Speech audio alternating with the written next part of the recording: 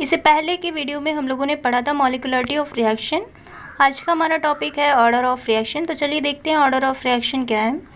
Some of power of the molar concentration in rate law. Rate law के according जो molar concentration की power होती है उनका टोटल जो होता है, उनका सम जो होता है, उसी को रेट ऑफ रिएक्शन कहते हैं। दूसरी डेफिनेशन हमारी है, it may be defined as the sum of power of the concentration of the reactants in the rate law expression is called the order of that chemical reaction। जो reactant की जो power होती है, concentration of the reactants, जो reactants की power होती है उनका जो सम होगा वही आपका क्या होगा, ऑर्डर ऑफ रिएक्शन। यहाँ से हम लोग देख लेंगे ऑर्डर ऑफ रिएक्शन का फॉर्मूला क्या होगा।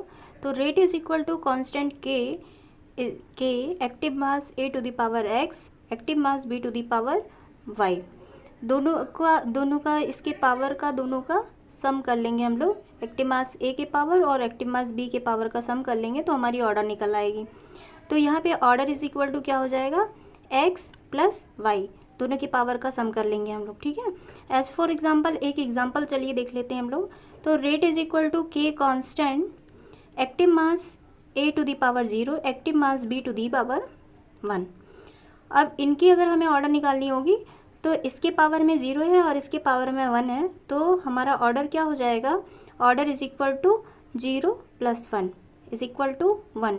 तो ऑर्डर ऑफ रिएक्शन कौन सी हुई, तो फर्स्ट ऑर्डर ऑफ रिएक्शन हो जाएगी, क्योंकि ऑर्डर जो हमारी निकल के आई है वो क्या है, 1 है।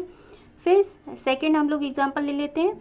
तो यहाँ पे rate is equal to constant के, एक्टिव मास ए के पावर में हाफ है आपका और active mass B to the power 3/2।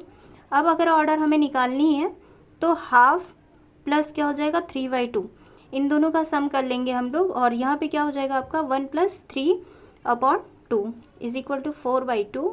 फिर इसको कट कर लेंगे, हमारा क्या आ जाएगा, 2 आ जाएगा। यहाँ पे ऑर्डर ऑफ रिएक्शन कौन सी हो रही है, तो सेकेंड ऑर्डर ऑफ रिएक्शन।